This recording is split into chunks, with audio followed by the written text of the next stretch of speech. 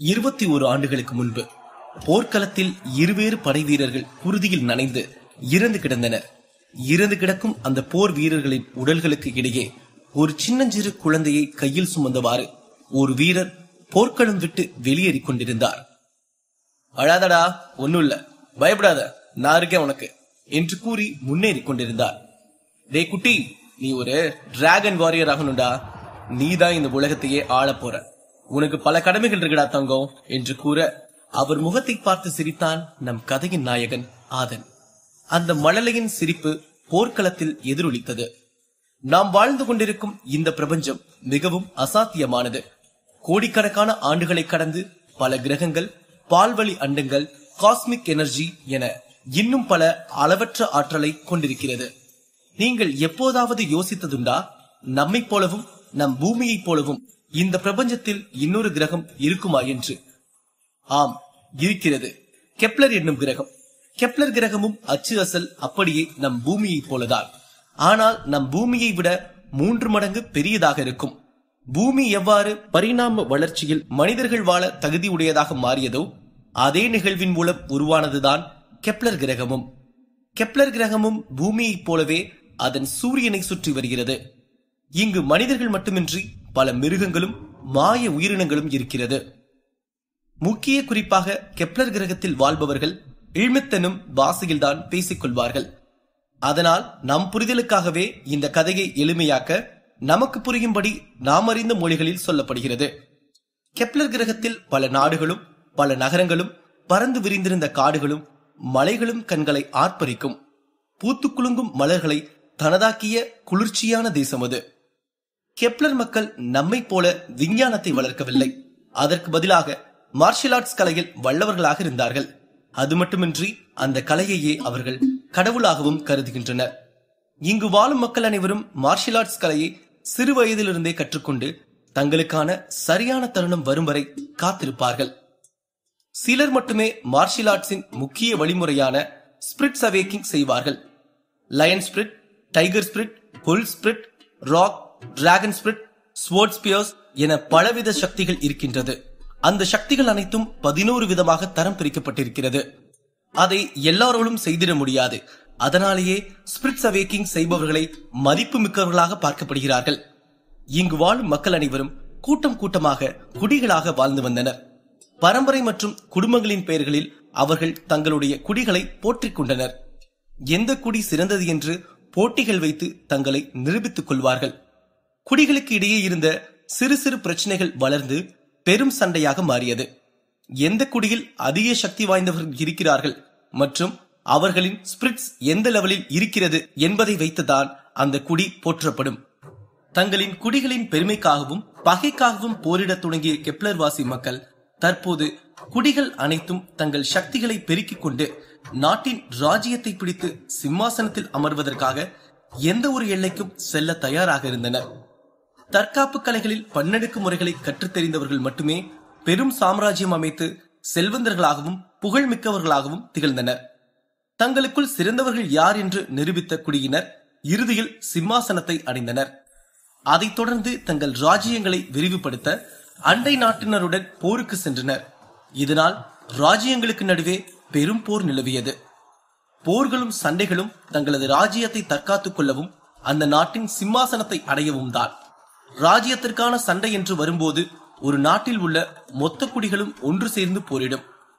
இங்கு பல ஆண்டுகளுக்கு முன்பு வாழ்ந்தவர்கள் அனைத்து ராஜ்யத்தையும் ஒன்றிணைத்து ஒரு அரசவைக்கு கீழ் வைத்திருந்தனர். அதன் தலைநகரமாக இருந்தது சோழபுரம். பிறகு காலங்கள் செல்ல ஒற்றுமை உடைந்து வேற்றுமை பரவியது. இந்த எழில்மிகு கெப்லர் கிரகத்தில் புகழ்பெற்ற நாடுகளில் ஒன்றான தென்பாலி நாடு பல வல்லவர்களின் கோட்டையாக திகழ்கிறது. தற்போது தென்பாலி நாட்டின் முதன்மை பரம்பரையாக இருப்பது சால்வன் குடும்பம். சால்வன் குடும்பம் தான் தென்பாலி நாட்டின் ராஜ்யத்தை தன்வசம் வைத்திருக்கிறது. சால்வன் பரம்பரையை சார்ந்த குடும்பத்தினர் தான் தென்பாலி நகரத்தின் வலிமையும் செல்வாக்கும் மிகுந்த குடும்பம். பல போர்களுக்கு பின்புதான் சால்வன் பரம்பரையை சார்ந்தவர்கள் ராஜ்யத்தை கைப்பற்றினர்.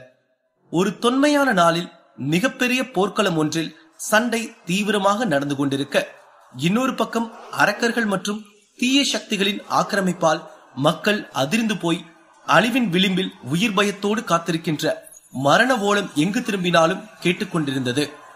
குடிசைகள் எரிந்தன. குடிமக்கள் அங்குமிங்கும் ஓடி ஒளிந்தன. பயம் மட்டுமே இருந்த அந்த இடத்தில் விடியல் கேள்விக்குறியாக இருந்தது. அப்போதுதான் அந்த முழக்கம் வெளிப்படத் தொடங்கியது. டிராகன் வாரியர், எங்க நம்ம டிராகன் வாரியர்? அவர் வந்தாதான் நம்மளை காப்பாற்ற முடியும் என்று ஒருவன் கூற, அவனைத் தொடர்ந்து அனைவரும் டிராகன் வாரியரை கூப்பிட்டனர். வீரா, எங்கயா இருக்க? டிராகன் வாரியர், எங்களை காப்பாத்த வாங்க என்று கத்தி கூப்பாடு போட்டுக் கொண்டிருந்தனர். அப்போது விண்ணிலிருந்து பாய்ந்த ஈட்டி போல நிலத்தை வந்தடைந்த ஒளிக்கீற்று இடியை போல இறங்கியது. அந்த படர்ந்த ஒளியால் பிரகாசித்த அந்த இடம் இருளில் இருந்த மக்களுக்கு வெளிச்சத்தை அளித்தது. அந்த ஒளி கையில் வைரமாய் மின்னும் வாள் கொண்ட வீரன் அவன். சூப்பர் ஹீரோவை போல உடையும் வெள்ளி முகமுடியும் அணிந்து இறங்கியிருந்தான். அவன்தான் டிராகன் வாரியர். அவனது பின்புறம் ஒரு பிரம்மாண்ட டிராகன் ஒன்று நெருப்பை உமிழ்ந்தவாறு அலறிக் கொண்டிருந்தது. தன் அதீத சக்தியால், தற்காப்பு கலைகளின் போர்க்குணத்தால் அரக்கர்களையும் தீய சக்திகளையும் ஒற்றையாளாய் துவம்சம் செய்து கொண்டிருந்தான் டிராகன் வாரியர். மக்கள் அனைவரும் டிராகன் வாரியர், டிராகன் வாரியர் என்று சந்தோஷத்தில் டிராகன் வாரியரை கொண்டாடத் தொடங்கினார்கள். அப்போது அந்த டிராகன் வாரியர் ஒரு நில அதிர்வை உணர்ந்தான். அவனுக்கு நேரெதிர் திசையில் ஒரு பெரிய உருவம் மலை போல தன்னை நோக்கி வருவதை அறிந்தான். அது ஒரு ராட்சச எலி. மக்களையும் வீரர்களையும் இடித்து தூக்கி வீசிக்கொண்டு கூட்டத்தை பிளந்து கொண்டு டிராகன் வாரியரை விழுங்க நெருங்கிக் கொண்டிருந்தது. டிராகன் வாரியர் சிறிது நடுக்கத்துடன் தனது ஆயுதத்தை இறுக்கி பிடித்து வலு சேர்த்துக் கொண்டிருந்தான். அந்த ராட்சச எலி கிட்டே வர தடுமாறி கீழே விழுந்தான் நம் வீரன். டிராகன் வாரியரை நெருங்கிய ராட்சச எலி தன் வாயை பெரிதாக பிளந்து அவனை விழுங்க நெருங்கியது. பயத்தில் டிராகன் வாரியர் அந்த எலியை வியந்து பார்க்க, அந்த எலி மெல்ல அவனின் கால் கட்டை விரலை மட்டும் சிறிதாய் கடித்தது. ஆ என்று கத்திக்கொண்டு தூக்கத்திலிருந்து கண் விழித்தான் ஆதன். அது கல்களாலும் ஓடுகளாலும் கட்டப்பட்ட பழைய வீடு. பொருட்கள் அனைத்தும் அங்குமிங்கும் சிதறி கிடந்தன. அவன் அறையில் திரிந்த சிறிய எலியின் கடியால் கண் விழித்த ஆதன் கோபத்தில் அந்த எலியை விரட்ட ஆரம்பித்தான். உன்னை இன்னைக்கு என்ன பண்றேன் பாரு, டெய்லி இதே வேலையா போச்சு. இன்னைக்கு உன்னை உயிரோடையே விட மாட்டேன், அடிச்சு கொன்னுறேன் என்று தூக்கம் தெளிந்து அரைகுறை ஆடையுடன் அந்த எலியை துரத்த தொடங்கினான். அதை துரத்தியவாறு வீட்டிலிருந்து வெளியேறி தெருவில் ஓடினான். அரைகுறை ஆடையுடன் எலியை துரத்த முயன்ற ஆதனை கண்ட அந்த நகரவாசிகள் ஆதனை கண்டு சிரிக்கத் தொடங்கினார்கள். மாவீரா, எலியை விட்டுறாத, எலி பிடிக்கத்தாண்டா நீ எல்லாம் லாயக்கு. அங்க பாருங்க, எலியை அவன் துரத்துற மாதிரி தெரியல, அந்த எலிதான் அவனை துரத்துது என்று அனைவரும் ஆதனை ஏளனம் செய்து நகைத்தனர். ஆதன் சட்டென்று சுயநினைவுக்கு வந்தான். தான் அரைகுறை ஆடையுடன் இருப்பதையும் கேவலமாக எலியை துரத்துவதையும் எல்லோரும் பார்த்து கொண்டிருப்பதை உணர்ந்தவன் கூச்சத்துடன் தலையை சொரிந்தவாறு அசடு வலிய சிரித்தான். பின் வேகமாக அவன் வீட்டிற்குள் சென்று கதவை மூடிக்கொண்டு தலையில் அடித்துக் கொண்டான். ஆதனுக்கு அப்பா அம்மா என்று யாரும் இல்லை. சிறு வயதிலிருந்தே ஆதனை வளர்த்தது அவன் தாத்தாதான். அவன் தாத்தா புகழ்பெற்ற தென்பாலி நாட்டின் ராஜகுரு. ஆதனின் தாத்தா சால்வன் குடும்பத்தை சேர்ந்தவர். எனவே ஆதனும் சால்வன் குடும்பத்தில் ஒருவனாகவே வளர்ந்து வந்தான். அவன் தாத்தா இறந்ததற்கு பின் ஒற்றை ஆளாக வாழ்ந்து வருகிறான். ஆதன் சால்வன் குடும்பத்தின் கோட்டைக்குள் சாதாரணமாக போய் வர முடியும். காரணம் அவன் தாத்தாவின் செல்வாக்குதான். ஆனால் அந்த நகரவாசிகளை பொறுத்தவரை தற்காப்பு கலைகள் எதையும் சரிவர கற்றுத் தேராத வெற்று காகிதமாகவே தோன்றினான் ஆதன். நகரத்தை சேர்ந்த வழிபோக்கன் ஒருவன், பலிபீடத்துக்கு நேரமாச்சு, வரலையா நீ என்று கேட்க, நீங்க முன்னாடி போங்க, இதோ பின்னாடியே வந்துட்டு இருக்க என்று பதிலளித்து அவசர அவசரமாக ஆயத்தமானான் ஆதன். தென்பாலி நாட்டின் பேர் அரசனான சால்வன் குடும்பத்தின் வம்சாவளிகளில் ஒரு முக்கியமான நிகழ்வு அன்று நடக்கவிருக்கிறது. சால்வன் குடும்பத்தின் தலைவரான சத்ரபதி சால்வன் தென்பாலி நகரத்தை ஆண்டு வந்தார். சத்ரபதியின் முதலாம் மகள் மைதிலி சால்வன் மற்றும் தென்பாலி நாட்டு மக்களின் நம்பிக்கை நட்சத்திரம். தற்காப்பு கலைகளில் பல வித்தைகளை கற்ற மைதிலி இன்று மார்ஷியல் ஆர்ட்ஸின் முக்கிய வழிமுறையான ஸ்பிரிட்ஸ் அவேக்கிங் செய்ய போகிறாள். ஸ்பிரிட்ஸ் அவேக்கிங் செய்யும் நிகழ்வுக்கான வேலைப்பாடுகளை அரங்கேற்றிக் கொண்டிருந்தனர் தென்பாலி நாட்டின் ராஜசபையினர். மைதிலி ஸ்பிரிட்ஸ் அவேக்கிங் செய்வதை பார்ப்பதற்காக தென்பாலி நாட்டின் கோட்டையை மக்கள் வெள்ளம் சூழ்ந்திருந்தது. அங்கு வந்த மக்கள் சிலர் மைதிலியின் பெருமையை பற்றி பெரிதும் போற்றி பேசிக் கொண்டிருந்தனர். அப்போது கூட்டத்திற்கு மத்தியில் ஒரு குரல் சால்வன் குடும்பத்தின் பெருமைகளை பேசிக் கொண்டிருந்தது. படபடவென அடிக்கும் பட்டாம்பூச்சி கண்ணும் எதிரிப்படையை ஒரே சிரிப்பில் வீழ்த்திவிடும் புன்னகை அரசி போல கொள்ளையளவுடன் அங்கு நின்று கொண்டிருந்தால் சால்வன் குடும்பத்தின் இரண்டாவது வாரிசு யாழினி. யாழினிக்கு தான் மிகப்பெரிய அழகி என்ற கர்வம் உண்டு. ஆனால் அவள் யாரையும் தன் கர்வத்தால் காயப்படுத்தியது இல்லை. தன்னுடைய அழகில் மயங்காதவர்களே இந்த உலகில் கிடையாது என்று நினைத்துக் கொண்டிருக்கும் ஒரு வெகுளி பெண்தான் யாழினி. முரசு சத்தம் ஒழிக்க வீரர்களின் அணிவகுப்போடு பிரம்மாண்ட ஒரு ஊர்தியில் வந்தால் தென்பானி நாட்டின் நம்பிக்கை நட்சத்திரம் சால்வன் குடும்பத்தின் இளவரசி மைதிலி. மக்களின் கரகோஷமும் மைதிலியை பார்த்தவுடன் அதிகரித்தது. மைதிலி சால்வன் குடும்பத்தின் தலைவரான சத்ரபதி சால்வனின் முதலாவது மகள். தென்பாலி நாட்டின் இளவரசி. சிறு வயதிலேயே தற்காப்பு கலையில் மிகுந்த தேர்ச்சி அடைந்திருந்தாள். திறமை மட்டுமல்ல, மைதிலியின் அழகை கண்டு பக்கத்து நாட்டு மன்னர்கள் பலர் அவளை திருமணம் முடிக்க ஆசைப்பட்டனர். மைதிலிக்கு பின் இருந்த ஒரு நபர் சந்தோஷத்தில் கூச்சலிட்டுக் கொண்டிருந்தான். அது வேறு யாரும் இல்லை, நம் நாயகன் ஆதன் தான். பல ஆண்டுகளுக்கு முன்பே ஆதனின் தாத்தா சத்ரபதி சால்வனிடம் மைதிலியை ஆதனுக்கு மணமுடித்து தருமாறு சத்தியம் பெற்றிருந்தார். இது தென்பாலி நாடே அறிந்த விஷயமாகும். மக்கள் அனைவரும் மைதிலியை பெரிய ஆளாக போற்றினார். ஆனால் அவளுக்கு ஜோடியாக வரப்போவது தற்காப்பு கலைகளை சரிவர கற்றிடாத ஒரு முட்டாள் என்று அறிந்தவுடன் அனைவரும் ஆதன் மீது தங்கள் கோபத்தை காட்ட ஆரம்பித்தார்கள். ஆதன் மைதிலியின் மீது கொள்ளை காதல் வைத்திருந்தான். எல்லோரும் சொல்வது போல மைதிலிக்கு சரியான ஜோடி நாம் இல்லையே என்ற எண்ணம் கூட ஆதனுக்கு இன்று வரை வரவில்லை. காரணம், அவள் மீது இவன் வைத்திருந்த காதல் அவன் எண்ணத்தை மழுங்க வைத்தது. அந்த கூட்டத்தில் ஒருவன் மைதிலியை கூர்ந்து கவனித்துக் கொண்டிருந்தான். என்ன ஒரு அழகு, இவளை எப்படியாவது நான் அடையணும் என்றான். பக்கத்தில் இருந்த அவன் நண்பன், டே ஆதி, ரொம்ப ஆசைப்படாதரா, அவ இன்னொருத்தனுக்கு மனைவியாக போறவ. குரங்கு கையில பூமாலங்கிற மாதிரி மைதிலிய இந்த முட்டாப்பைய ஆதனுக்கு கல்யாணம் பண்ணி வைக்க போறாங்க என்று அவன் சலிப்புடன் கூற, அருகில் இருந்த இன்னொருவர், சே, இவனை பார்த்தாலே சிரிப்பு தான் வருது, இவனுக்கு போய் இப்படி ஒரு பொண்ணா என்று கூறினான். அதைத் தொடர்ந்து அங்கிருந்த எல்லோரும் ஆதனை பற்றி முணுமுணுத்துக் கொண்டிருந்தனர்.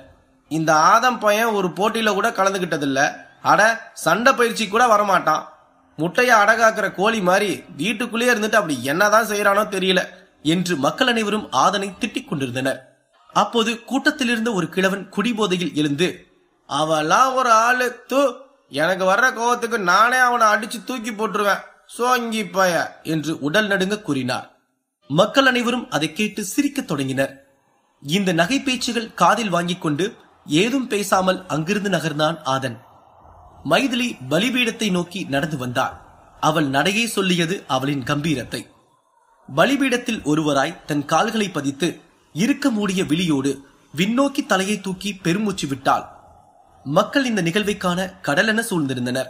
விண்ணில் விசித்திரமான ஆர்ப்பரிக்கும் பிரகாசத்தால் திகைப்புடன் இருந்தனர் அனைவரும். அங்கு பலிபீடத்தில் கீழிருந்து சால்வன் வம்சத்தை சேர்ந்த தற்போதைய ராஜகுருவான ஒரு பெரியவர் பல மந்திர வார்த்தைகளை ஓதிக்கொண்டு பலிபீடத்தின் கீழ் நின்று கொண்டிருந்தார். சால்வன் குடும்பத்தின் தலைவர் சத்ரபதி கையை உயர தூக்கி காட்டினார். அதை கண்டதும் வாத்தியங்கள் ஒலிப்பது நின்றது. மக்களின் கரகோஷமும் அமைதியானது. ஸ்பிரிட்ஸ் அவேக்கிங் செய்வதற்கான செய்முறைகளை தொடங்க சொன்னார் சத்ரபதி. மைதிலியும் ஸ்பிரிட்ஸ் அவேக்கிங் செய்ய தயாரானால் மொத்த இடமும் அமைதி நிலவியது. மக்கள் அனைவரும் ஆர்வமாக தங்கள் கண்களை கூட இமைக்காமல் மைதிலியை பார்த்து கொண்டிருந்தனர். பல விசித்திரமான ஒளிகளுடன், வானத்தில் பல வண்ண மாற்றங்களுடன் மேகங்கள் உருண்டு கலந்து ஒரு ஒளியாற்றல் பலிபீடத்தில் இருக்கும் மைதிலி மீது விழுந்தது. மைதிலி, கவனத்தை ஒன்று திரட்டி இலக்கின் மேல் வை, உயிர்த்தெளிதல் நிச்சயம் நடக்கும் என்று கம்பீர குரலில் கூறினார் சத்ரபதி. ஸ்பிரிட்ஸ் அவேக்கிங் செய்முறை எளிதான காரியம் அல்ல. ஸ்பிரிட்ஸ் அவேக்கிங் செய்யும் போது ஏதேனும் தவறு நடந்தால் உயிரே போய்விடும். மாபெரும் இந்த நிகழ்வினால் மரணங்களும் நிகழ்ந்திருக்கிறது. மேலிருந்து இறங்கிய ஒளியாற்றல் மைதிலியின் உடலில் தலை முதல் கால் வரை பரவியது. ஆதன், சத்ரபதி, யாழினி, ராஜகுரு மற்றும் அனைத்து மக்களும் ஆர்வத்துடன் மைதிலியை பார்த்து கொண்டிருந்தனர். அனைவரும் மனதிலும் இருந்தது ஒரே கேள்வி, இன்று மைதிலி எந்த ஸ்பிரிட்டை அவேக்கிங் செய்ய போகிறாள் என்றுதான். ஆதன் காதலுடன் மைதிலியை பார்த்து கொண்டிருந்தான். மைதிலி, நீ இதுவரைக்கும் யாரும் அவேக்கிங் செய்யாத ஒரு சக்தியை அவேக் பண்ணணும், உன்னை விட சிறந்தவங்க யாரும் இங்க இல்ல என்று மிகவும் பெருமிதமாக கூறினான். ஆதன் மைதிலியை தன் உயிரினும் மேலாக நினைக்கிறான். அவளுக்காக என்ன வேண்டுமாயினும் செய்ய துணியும் அளவிற்கு ஆதன் மைதிலியை காதலிக்கிறான். வானிலிருந்து வந்த ஆற்றல் மெல்ல மெல்ல அதிகரிக்க தொடங்கியது. மைதிலியின் உடல் அந்த ஆற்றலை தாங்க முடியாமல் நடுங்கியது. மைதிலியின் உடல் வலியில் துடிக்க ஆரம்பித்தது. அந்த ஆற்றலை ஏற்க முடியாமல் ரத்தம் வழிய ஆரம்பித்தது. மைதிலியின் உடல் மிக மோசமான நிலையை எட்டியது. அப்போது பலிபீடத்தில் இருந்த ராஜகுரு மைதிலியின் நிலையைக் கண்டு பதட்டத்துடன் சத்ரபதியை நோக்கி, அவளுக்கு உதவி தேவை, ஆற்றல் அதிகமாகிட்டே போகுது, இது இன்னும் தொடர்ந்தா நம்ம இளவரசியின் உடல் சுக்குநூறா சிதறிடும் என்று கத்தினார். சத்ரபதி சால்வன் பதட்டத்தில் விறுவிறுவென பலிபீடத்தை நோக்கி ஓடினார். மக்கள் அனைவரும் அதிர்ச்சி அடைந்தனர். ஆதனும் பதட்டத்துடன் பலிபீடத்தை நோக்கி வந்தார். மைதிலி துடிப்பதை பார்த்தவுடன் ஆதனுக்கு கண்களில் கண்ணீர் வரத் தொடங்கியது.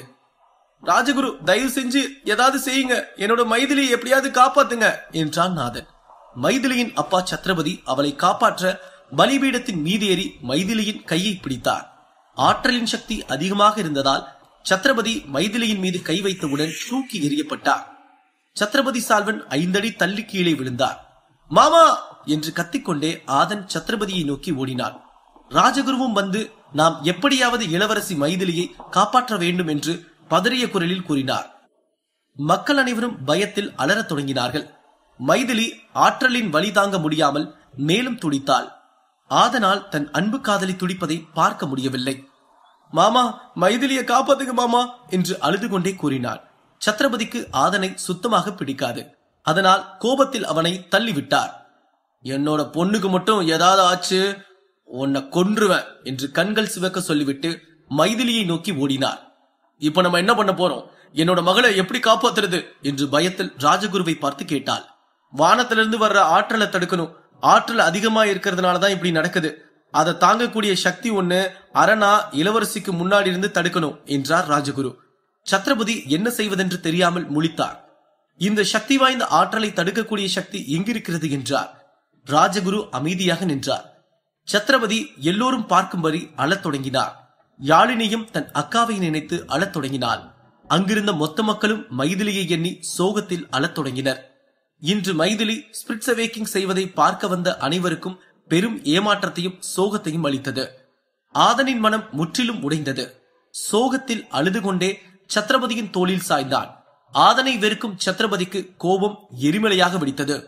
முட்டாள் முட்டாள், என்னை விட்டு தள்ளி போடா என்று கூறிக்கொண்டே பக்கத்தில் இருந்த ஆயுதத்தை எடுத்து அடிக்க வந்தார் சத்ரபதி. சட்டென ஒரு நொடி யோசித்துவிட்டு ஆதனை ஏதும் செய்யாமல் கண்களை துடைத்தவாறு அங்கிருந்து சென்றார். மக்கள் அனைவரும் அந்த துயர சம்பவத்தை காண விரும்பாமல் அங்கிருந்து கிளம்பினர். ஆதனுக்கு உயிரோடு இருப்பதற்கு இறந்து விடலாம் என்று தோன்றியது. அவனும் சோகத்துடன் திரும்பினான். அப்போது ஒரு கை அவனை பிடித்தது. ஆதன் திரும்பி பார்த்தான். அந்த கை ராஜகுருவுடையது. ஆதனின் முகத்தை பார்த்து, ஒரு வழி இருக்கு என்று மெல்லிய குரலில் கூறினார். ஆதனின் கண்கள் விரிந்தது. உன்னால மட்டும்தான் முடியும் என்று கூறினார். ஆதன் முன் பல எண்ணங்களும் சிந்தனைகளும் வந்து போனது. சில நொடி கண்களை மூடி பெருமூச்சு விட்டவன் வேகமாக ஓடி சென்று மைதிலிக்கு முன் நின்று அந்த ஆற்றலை தடுத்தான்.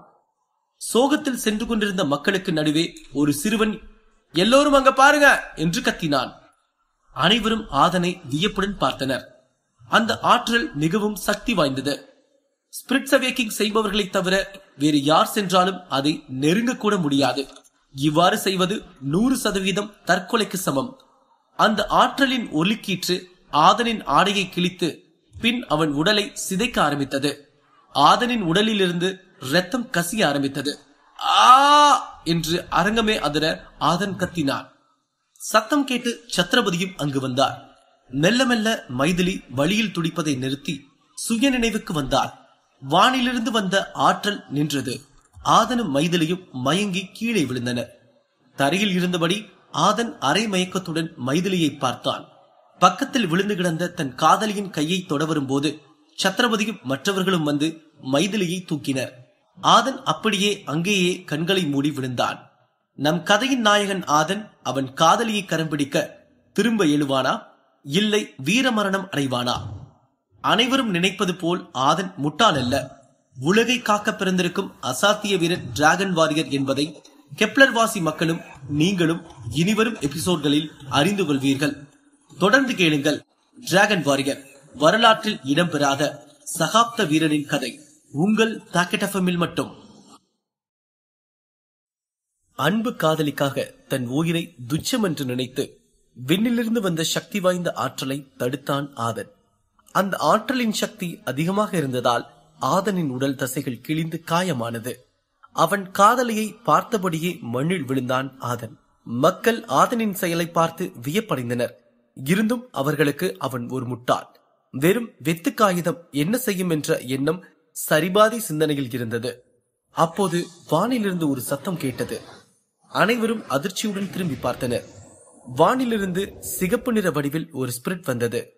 ஆதனின் உடலை நெருங்கி அவனை பார்த்தது. பின்னர் அவன் உடலை கடந்து வந்து மைதிலியின் உடலில் சேர்ந்தது. அது பீனிக்ஸ் பறவையின் ஸ்பிரிட். மைதிலியின் உடல் 2 அடிக்கு பறந்தது. அவளின் உடல் வலுப்பெற்றது. காயங்கள் குணமாகி மிருதுவான தேகம் வலுவடைந்தது. மைதிலி பீனிக்ஸ் பறவையின் ஸ்பிரிட்டை அடைந்தது மட்டுமல்லாமல் அதன் சக்தியால் அவளின் உடல் 5 லெவலுக்கும் உருமாறியது. பீனிக்ஸ் பறவையின் ஸ்பிரிட் மிகவும் அசாத்தியமானது. அது மட்டுமின்றி மிக அரிய வகையான ஒன்று. மைதிலி இந்த சக்தியை அடைந்ததால் சால்வன் குடும்பமும் தென்பாலி நாடும் பெருமை கொண்டது. இவளால் அவர்களின் சக்தி கூடும் எனவும் தென்பாலி சாம்ராஜ்யம் சோழபுரத்தில் இருக்கும் அரியணையை கவர முடியும் என்றும் எண்ணினார்கள். சோகத்திலிருந்த மொத்த கூட்டமும் மைதிலி பீனிக்ஸ் பறவையின் ஸ்பிரிட்டை அவேக்கிங் செய்ததை நினைத்து சந்தோஷத்தில் கொண்டாடத் தொடங்கினர். சத்ரபதி தனது மகளை மகிழ்ச்சியில் கட்டியணைத்தார். பின்பு மைதிலியை ராஜ மரியாதையுடன் அங்கிருந்து அழைத்து சென்றனர். அவர்களைத் தொடர்ந்து மக்களும் கலைந்து சென்றனர். மொத்த அரங்கமும் வெற்றிடமாக காட்சியளித்தது. பலிபீடத்திற்கு நடுவில் ஆதனின் உடல் மட்டும் இருந்தது. ஆதனின் உடலை மெல்ல திரும்பி பார்த்துவிட்டு சென்றார் ராஜகுரு சித்தன். பொழுது சாய்ந்தது. பலிபீடத்தில் இருந்த ஆதனின் உடல் மெல்ல அசைந்தது. ஆம், ஆதன் உயிரோடுதான் இருக்கிறான். கிழிந்த உடையுடனும் இரத்த காயங்களுடனும் தட்டுத்தடுமாறி எழுந்தான் ஆதன். சுற்றி பார்த்து பேரதிர்ச்சி அடைந்தான். இத்தனை பெரிய செயலை செய்த பின்னரும் தன்னை யாரும் ஒரு பொருட்டாக கூட மதிக்கவில்லை என்பது ஆதனுக்கு ஏற்பட்ட காயங்களை விட அதிகமாக வலித்தது. மெல்ல கோட்டையை நோக்கி நடக்க ஆரம்பித்தார். வழியில் வந்த அவனின் நண்பன் ஆதனை பார்த்து வியப்புடன் ஓடி வந்து அவனை தாங்கி பிடித்தான். டே ஆதன், உன்னை இப்படி பார்க்கவே பாவமா இருக்குடா. எதுக்குடா இப்படி பண்ண? பாரு, யாராவது ஒருத்தவங்க உன்னை மதிச்சாங்களா என்று பாலன் கூற, மைதிலிக்கு என்னாச்சு என்று வாயில் ரத்தம் வழியே கேட்டான். பாலன் சலிப்புடன், மைதிலி நல்லாதான் இருக்கா, அவளுக்கு பீனிக்ஸ் பறவையின் ஸ்பிரிட் கிடைச்சிருக்கு. அது மட்டும் இல்ல, அவ இப்போ 5th லெவல் வாரியர் ஆயிட்டான்னு ஊர்ல எல்லாரும் பேசிட்டு இருக்காங்கடா என்று பாலன் கூறியதை கேட்டு ஆதனின் முகம் பிரகாசமாக மாறியது. கடுப்பான பாலன், நீதான் அவங்கள உன்னோட சொந்தம்னு நினைச்சுக்கிட்டு இருக்க, அவங்க உன்னை ஒரு ஆளா கூட மதிக்க மாட்டாங்கடா என்று ஆதனின் நண்பன் பாலன் கூற, அவன் முகத்தை நிமிர்ந்து பார்த்து மெல்ல ஒரு புன்முறுவல் செய்துவிட்டு அவனை விட்டு விலகி சென்று மெல்ல தன் கால்களை நொண்டியபடியே சிறிது நடுக்கத்தோடு அவன் வீட்டை நோக்கி பயணிக்க ஆரம்பித்தான். ஆதனால் தனது காதலியின் உணர்வுகளை புரிந்து கொள்ள முடியவில்லை. அவள் உயிர் தப்பிக்க தன் உயிரையே துச்சமாக நினைத்து காப்பாற்றியவனை கடந்து பலிபீடத்திலிருந்து இறங்கி செல்ல எப்படி அவளுக்கு மனம் வந்தது என்று நினைத்து வருந்தினான். காயங்களுடன் தெருவில் நடந்து வர மக்கள் அனைவரும் ஆதனை வினோதமாக பார்த்தனர். இவன் இன்னும் உயிரோட தான் இருக்கானா? எப்படி அந்த சக்தியை இவனால தாங்க முடிஞ்சு? என்ன நடந்தாலும் இவ ஒரு முட்டாள் இல்லைன்னு ஆயிருமா என்று பலரும் ஆதனை பார்த்து முணுமுணுத்தனர். கூட்டத்தில் ஒரு பெண், அட சும்மா இருங்கப்பா, பாவம் அந்த பையன், அவ மட்டும் இல்லைன்னா இன்னைக்கு நம்ம நாட்டு இளவரசி செத்து போயிருப்பாங்க என்று ஆதனுக்கு பரிந்து பேசினாள். ஆதன் தன் வீட்டை வந்தடைந்தான். அவன் கண்கள் வெகுவாய் கசிந்திருந்தது. தன்னை வளர்த்த தாத்தாவின் மறைவுக்கு பிறகு ஆதன் இன்று வரை தனிமையில் தத்தளிக்கிறான். வெறுமை அவனை சூழ்ந்திருந்தது. குளித்துவிட்டு வந்து வேறு ஆடை ஒன்றை மாற்றினான். பிறகு தன் அறைக்குள் வந்தான். அங்கு ஒரு மாவீரரின் படம் இருந்தது. அதை பார்த்து பெருமிதம் கொண்டான் ஆதன். மிகப்பெரிய போராளியின் படம் அது. எவ்வளவு பெரிய போராக இருந்தாலும் அவர் கலந்து கொண்டால் நிச்சயம் வெற்றி அவருக்குத்தான் என்பது அனைவரும் அறிந்த ஒன்று. சில வருடங்களுக்கு முன்பு உலகம் போற்றும் மாவீரராக இருந்தார். சோழபுரத்தில் இருக்கும் அரியணையில் அமர்ந்து அனைத்து ராஜ்யத்தையும் ஆளும் தகுதி அவருக்கு இருந்தது. உலகம் போற்றும் இந்த மாவீரன் மர்மமான முறையில் மரணத்தை அடைந்தான். அவரின் இறப்பில் உள்ள மர்மம் இன்று வரை அவிழ்க்கப்படவில்லை. ஆதனுக்கு அவரை போல் மிகப்பெரிய வீரராக வேண்டும் என்ற ஆசைதான். அவர்தான் ஆதனின் இன்ஸ்பிரேஷனல் ஹீரோ. அந்த வீரனின் பெயர் கரிகாலன். பிறகு ஆதன் புத்தகங்களை மையம் கொண்டு அமர்ந்தான். அவனை சுற்றி அவன் தாத்தா வைத்துவிட்டு போன தற்காப்பு கலையின் முக்கிய குறிப்புகள் சுமந்த புத்தகங்கள் மட்டுமே இருந்தன. அந்த புத்தகங்கள் தான் ஆதனை சிறந்த வீரனாக உருவாக்கும் என்ற நம்பிக்கை கொண்டிருந்தார் ஆதனின் தாத்தா. அந்த புத்தகங்களில் ஒன்றை எடுத்துக்கொண்டு வீட்டின் பின் திசைக்கு சென்று பயிற்சி செய்ய ஆரம்பித்தான். உடம்பில் இருக்கும் காயங்களின் வலி ஆதனை வாட்டியது. இருந்தும் ஆதன் அதை பொருட்படுத்தாமல் மனதை ஒருநிலைப்படுத்தி நிலவின் வெளிச்சத்தில் தன் பயிற்சியை தொடங்கினான். ஆதன் அவன் தாத்தாவின் சொல்லுக்கேற்ப இத்தனை நாட்கள் அவர் கொடுத்துவிட்டு சென்ற குறிப்புகளை படித்து தற்காப்பு கலையை தினமும் யாருக்கும் தெரியாமல் தன் வீட்டின் பின்னால் இருக்கும் வெற்றிடத்தில் பயிற்சி செய்து வந்தான். குறிப்பாக அவன் தாத்தா வெளியில் யாரிடமும் தற்காப்பு கலையை கற்கக்கூடாது என்றும் எந்த ஒரு போட்டியிலும் கலந்து கொள்ளக்கூடாது என்றும் ஆதனிடம் சத்தியம் வாங்கியிருந்தார். அதனாலேயே அவன் சிறுவயதிலிருந்தே யாரிடமும் தான் கற்றுக்கொள்ளும் தற்காப்பு முறைகளை பற்றி சொல்லவில்லை. உன் திறமைகளை வெளிப்படுத்த சரியான நேரம் வரும், அதுவரையிலும் நீ பொறுமையாக காத்திருக்க வேண்டும் ஆதன். யாரேனும் உன்னை துன்புறுத்தினாலும் ஆவேசப்படுத்தினாலும் அவர்களிடம் நீ தற்காப்பு முறைகளை பயன்படுத்தக்கூடாது என்பது ஆதனின் தாத்தா சொல்லிவிட்டு சென்றது. இவையாவும் அறியாததால் தான் மக்கள் அனைவரும் ஆதனை முட்டாள் என்று எண்ணினர். ஆதன் தற்காப்பு கலைகளின் குறிப்புகளை தனிமையில் கற்றுத் தேர்ந்து தனக்குள் ஒரு மாவீரனை ஒழித்துக் கொண்டிருக்கிறான். அந்த குறிப்புகளில் உள்ள முறைகளை படித்து இன்றைய பயிற்சியை சிறப்பாக முடித்துவிட்டு தன் வீட்டினுள் சென்றான். அப்போது ஆதனுக்கு பசி கபகபவென எடுத்தது. ஆனால் சாப்பிட வீட்டில் ஒன்றுமில்லை. பசியுடன் பரிதாபமான நிலையில் தண்ணீரை மட்டும் குடித்துவிட்டு வந்து தன் படுக்கையில் படுத்தான். ஆதனின் கண் முன்னே பல நினைவுகள் வந்து சென்றது. தன் நண்பன் பாலன் சொன்னது நினைவுக்கு வந்தது. ஏன் தன்னை சால்வன் குடும்பத்தில் யாருக்கும் பிடிக்கவில்லை, தானும் அவர்களில் ஒருவன் தானே என்று குழப்பத்தில் இருந்தான். அதைவிடவும் மைதிலி ஏன் தன்னை இதுவரை பார்க்கவே இல்லை என்றும் ஒரு வார்த்தை கூட பேசவில்லை என்றும் ஆதன் மனதில் சிறு சலனம் ஏற்பட்டது. அப்போது சட்டென கதவு தட்டும் சத்தம் கேட்டது. வலியுடன் படுத்திருந்த ஆதன் இந்த நேரத்துல யாரு என தனக்குத்தானே பேசிக்கொண்டு குழப்பத்துடன் மெல்ல எழுந்து நடந்து சென்று கதவை திறந்தான். அங்கு 2 காவலாளிகள் நின்று கொண்டிருந்தனர். இருவரும் ஆதனை பார்த்து வணங்கிவிட்டு, இளவரசி உங்ககிட்ட இதை கொடுக்க சொன்னாங்க என்று கூறி ஒரு ஓலையை கொடுத்தனர். ஆதனுக்கு மிகவும் சந்தோஷமாக இருந்தது. அந்த ஓலையை அவர்களிடமிருந்து பெற்றுக்கொண்டு நன்றி என்று கூறியபடி கதவை சாத்தினான். ஆர்வமாக அந்த ஓலையை பிரித்து அதில் தன் ஆசை காதலி என்ன எழுதியிருக்கிறாள் என்று படிக்க ஆர்வமாக இருந்தான். பெரிதாக எதிர்பார்த்தவனுக்கு வெறும் ஏமாற்றம்தான் மிஞ்சியது. அதில் வெறும் நன்றி என்று மட்டும்தான் குறிப்பிட்டிருந்தது. ஆதன் சிரித்தபடி அந்த ஓலையை கட்டி அணைத்துக் கொண்டான். சில நொடிகளிலே திரும்பவும் கதவு தட்டும் சத்தம் கேட்டது. ஆதன் கதவை திறந்தான். அங்கு யாரும் இல்லை. ஆனால் வாசலில் ஒரு கூடையில் உணவு மட்டும் இருந்தது. அது மிகவும் சூடாக இருந்தது. அதை யார் அங்கு வைத்திருப்பார்கள் என்று அறிய ஆதன் மெல்ல நடந்து வெளியே வந்து பார்த்தான். அங்கு யாரும் இருப்பது போல் தெரியவில்லை. ஆதனுக்கு அதை சாப்பிடலாமா வேண்டாமா என்ற குழப்பம் இருந்தது. ஆனால் பசி அவனை சாப்பிட தூண்டியது. வாசலில் இருந்த அந்த கூடையை கையில் எடுத்துக்கொண்டு திரும்பி வெற்றிடத்தை பார்த்து ரொம்ப நன்றி என்று கூறிவிட்டு கதவை சாற்றினான். அதில் சூடாக வான்கோழி வறுவலும் ரொட்டியும் இருந்தது. பசி தீர அதை புசித்தான் ஆதன். சாப்பிட்டு முடித்தவுடன் தூக்கம் கண்களை கட்டியது. அப்படியே தன் படுக்கையில் படுத்து உறங்க ஆரம்பித்தான். சில நிமிடங்களில் ஆதனுக்கு கனவில் வினோதமான நிகழ்வு எல்லாம் தோன்றியது. ஏதோ ஒன்று ஆதன் வா வா என்று அழைப்பது போல இருந்தது. அவன் மீது யாரோ உட்கார்ந்து அமுக்குவது போல ஒரு உணர்வு ஆதனை வாட்டியது. தூக்கத்தில் ஆதன் வழி தாங்காமல் கதறினான். உடல் நரம்புகள் புடைத்தது. ஆ ஆ என்று கத்தினான். யாரு யாரு நீ, உனக்கு என்ன வேணும் என்று தூக்கத்தில் உளறினான். என்ன விடு விடு என்று புலம்பியபடியே வழியில் கத்தினான். ஆதன் தூக்கத்தில் கதறிக்கொண்டிருக்க அவன் உடலில் இருந்த காயங்கள் அனைத்தும் மெல்ல குணமாக தொடங்கியது. சிறு சிறு காயங்கள் அனைத்தும் நொடியில் காணாமல் போனது. பெரிய அளவிலான காயங்கள் கூட சில நிமிடங்களில் குணமானது. அவன் கனவில் ஏதோ ஒரு பெரிய உருவம் அவனிடம் நெருங்குவது போல இருந்தது. ஆ ஆ என்று கத்தியவாறே சடாரென கனவிலிருந்து விழித்துக் கொண்டான். அப்போது ஒரு எலி அவன் கால்களை சுற்றியவாறு சில புத்தகங்களை தட்டிவிட்டு சென்றது. அப்போது அவன் வருங்காலத்தில் படிக்கவிருக்கும் புத்தகத்திலிருந்து ஒரு காகித துண்டு கீழே விழுந்தது. அது ஒரு கடிதம். அவன் தாத்தாதான் ஆதனுக்கு விற்று சென்றிருக்கும் கடிதம். அந்த கடிதத்தை ஆர்வத்துடன் கையில் எடுத்து படிக்கத் தொடங்கினான் ஆதன்.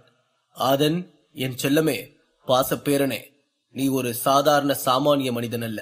நீ ஒரு அற்புத பிறவி. நீ இப்போது படிக்கும் முறைகள் அனைத்தும் தற்காப்பு கலையின் மிக பழமையான குறிப்புகள்.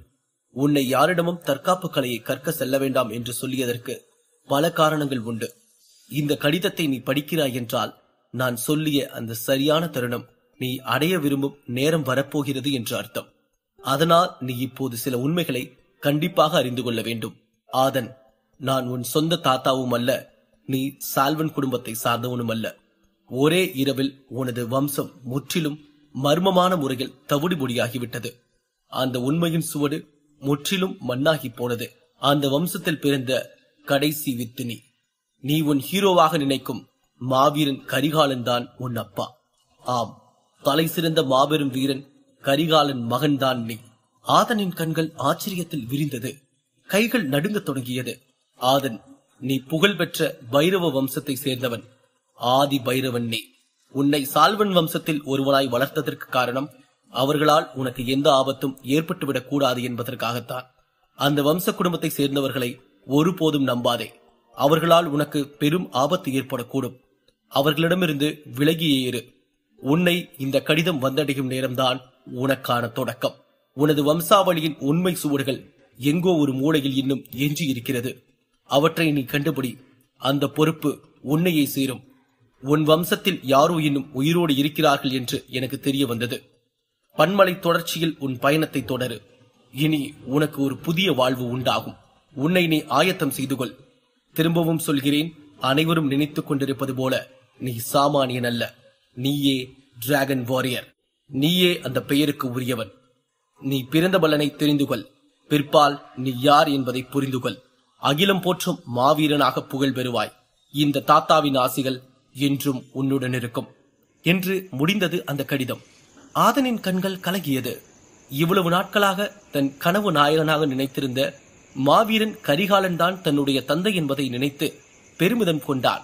ஆதனின் ஒரே நிம்மதி என்னவென்றால், தானும் சால்வன் குடும்பத்தில் ஒருவன் தானே. ஆனால் தன்னை ஏன் சால்வன் குடும்பத்தை சார்ந்தவர்கள் அனைவரும் வெறுக்கிறார்கள்? தான் எவ்வாறு அவர்களிடத்தில் நல்ல பெயரை பெறுவது என்ற கேள்வி பல நாட்களாக ஆதனை வாட்டிக் கொண்டிருந்தது. இன்றுதான் அதற்கான பதில் கிடைத்தது. தான் என்ன செய்தாலும் தன்னை அவர்களுக்கு பிடிக்கப் போவதில்லை. நான் சால்வன் குடும்பத்தை சார்ந்தவன் இல்லை என்பது இன்று ஆதனுக்கு தெளிவாக புரிந்தது. இன்னும் விடை தெரியா பல கேள்விகள் அவனுள் இருக்க மெல்ல கண்களை மூடி தூங்க ஆரம்பித்தான். மறுநாள் காலை கெப்லர் கிரகம் சுற்றி கொண்டிருக்கும் சூரியன் அதன் கதிர்களை கெப்லர் கிரகத்தின் மீது வீசியது. குளிரூட்டும் வேளையில் சில்லென்று சாரலோடு வசந்தம் வீச சிறு மொட்டு ஒன்று தன் மீது துளிர்விட்ட பனித்துளிகளை உதறிக்கொண்டு எழுந்து கண்களை ஆர்ப்பரிக்கும் கெப்லர் கிரகத்தின் காலை விடியலை பார்க்க வண்ணமிகு சிறகுகளை கொண்ட பறவைகள் சில்லென்று காற்றை கிழித்துக் கொண்டு சீறி பாய்ந்தன. கெப்லர் வாசி மக்களும் தங்கள் தினசரி வேலையை செய்ய தொடங்கினார்கள். தனது வம்சத்தின் ரத்தம் மிச்சம் இருக்கிறது என்பதை தெரிந்து ஆதன் பெரும் மகிழ்ச்சி கொண்டான். அவனுக்கு ஒரு மாபெரும் தெளிவும் தெம்பும் கிடைத்தது. தன் வம்சத்தை பற்றி உண்மைகளை தன் காதலி மைதிலியிடம் கூற, நான் இனி அனாதை இல்ல, என் குடும்பத்தோட உறவு ஒன்று எனக்காக மிச்சம் இருக்கு என்று தெரியப்படுத்த அரண்மனை நோக்கி விரைய ஆயத்தமானான். பல உண்மைகளை அறிந்த ஆதன் தன் கனவு நாயகன்தான் அவன் அப்பா என்பதை நினைக்கும் ஒவ்வொரு நொடியும் பெருமையாக இருந்தது. மறுபுறம் ஒப்பற்ற வீரனாகிய தன் தந்தையை கொன்றது யார்? புகழ்பெற்ற பைரவ வம்சம் எவ்வாறு அழிந்தது என்று தெரிந்து கொள்ள பன்மலை தொடர்ச்சியில் இருக்கும் நாடுகளை நோக்கி பயணிக்க ஆர்வமாக இருந்தான். இத்தனை நாட்கள் தன்னை ஒரு வெற்று காகிதம் என்று நினைத்தவர்களுக்கு எல்லாம் தான் யார் என்று நிரூபிக்க வேண்டும் என்று முடிவெடுத்தான். இந்த உண்மைகளை தன் அன்பு காதலி மைதிலியிடம் சொன்னால் அவள் மிகவும் சந்தோஷப்படுவாள் என்று எண்ணினான் ஆதன்.